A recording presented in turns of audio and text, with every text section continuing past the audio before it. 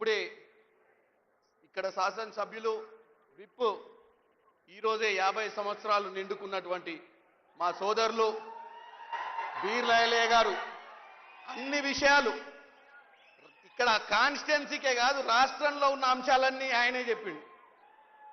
నేను ముఖ్యంగా ఒకటే చెప్పదలుచుకున్నా. 2 నిమిషాలల్లా సభకు నమస్కారం. ప్రజాపాలన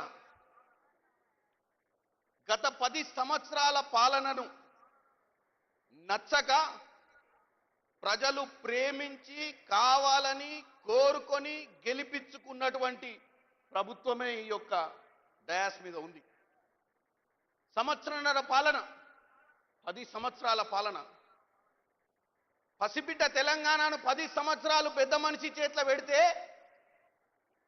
ప్రజలకు దూరంగా ఫామ్ హౌస్లో పండుకొని పాలించింది. ఇవాళ కమిషన్లు వచ్చి రాష్ట్రంలో పాత నాయకులను అధికారులను ప్రశ్నించే పరిస్థితికి తెచ్చుకుంది.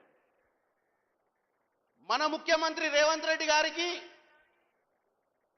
అప్పుడున్న ముఖ్యమంత్రి కేసీఆర్ గారికి ఉన్న వ్యత్యాసం ఏందో తెలుసా? మిగులు రాష్ట్రంగా ఉన్న రాష్ట్రానికి ముఖ్యమంత్రి అయిండు కేసీఆర్. ఆగం చేసి 8 లక్షల కోట్లు అప్పైన రాష్ట్రానికి ముఖ్యమంత్రి అయిండు రేవంత్ రెడ్డి గారు. ప్రభుత్వానికి ఏ కష్టమున్నా నష్టమున్నా పట్టుదలతోటి ఇవాళ సొల్లు బొల్లు కబుర్లు మాట్లాడుతూ ప్రజలలో విష బీజాలు నాటే ప్రయత్నం చేస్తున్నా ధైర్యంతో ముందుకు పోతూ ఈరోజు రాష్ట్రాన్ని నడిపే ప్రయత్నం చేస్తుండు. 21,000 కోటి మన భారతదేశ స్వతంత్రం వచ్చిన తర్వాత మొత్తం భారతదేశంలోనే ఏ రాష్ట్రంలో కూడా ఏకకాల రుణము అవి 21,000 కోట్లు చేసినటువంటి దాఖలాలు లేవు.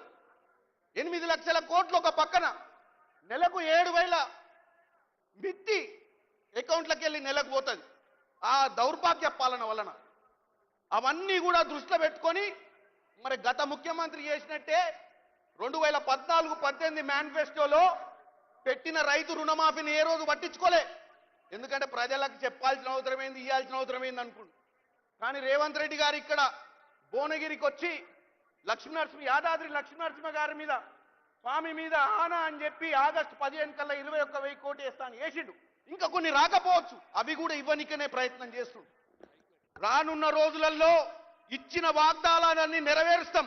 1 నిమిషంలో నేను చెప్తా లాస్ట్ ముచ్చట, మీకు చాలా ఇంపార్టెంట్. మేమందరం గెలిచి పైన కూర్చున్నాం, మీరే రేపు గెలవాల్సింది మీరే. గెలవాలంటే ఏం చేయాలి?